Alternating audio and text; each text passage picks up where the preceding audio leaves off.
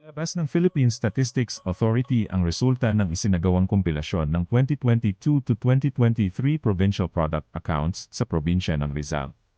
Ayon sa resulta, ang ekonomiya ng Rizal ay lumago ng 5.7% noong 2023 mula sa 6.7% na paglago noong nakaraang taon. Ito ay kumakatawan sa pagtaas ng halaga ng Gross Domestic Product o GDP hanggang 359.94 billion pesos noong 2023. Sa mga major industries, lahat ay nakapagtala ng positibong paglago noong 2023. Ang Agriculture, Forestry and Fishing or AFF ay nakapagtala ng 19.9% na paglago. Ang industry ay lumago ng 2.6% at ang services ay lumawak ng 6.5%. Ang share ng tatlong industriya sa ekonomiya ng Rizal ay ang mga sumusunod.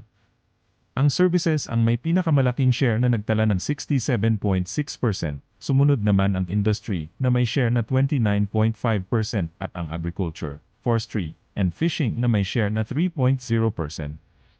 Sa 16 na industriya, ang mga sumusunod ang may pinakamalaking naiambag sa paglago ng ekonomiya ng Rizal. Wholesale and retail trade, repair of motor vehicles and motorcycles na may 1.2 percentage points. Financial and insurance activities na may 0.8 percentage point at agriculture, forestry, and fishing na may 0.5 percentage point. Sa kabilang banda, ang mga industriyang nagkaroon ng malaking share sa ekonomiya ng Rizal ay ang mga sumusunod. Wholesale and retail trade, repair of motor vehicles and motorcycles na may 23.2%. Manufacturing na may 21.8% at ang real estate and ownership of dwellings na may 11.1%.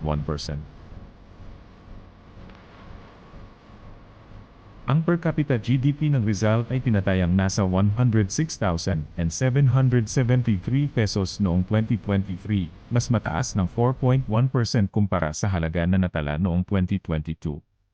Tandaan ng per capita GDP ay ang tinatayang average na kontribusyon ng bawat individual sa kabuuan ng gross domestic product. Para sa karagdagang kaalaman tungkol sa provincial product accounts, maaaring bisitahin ang PPA page sa PSA website.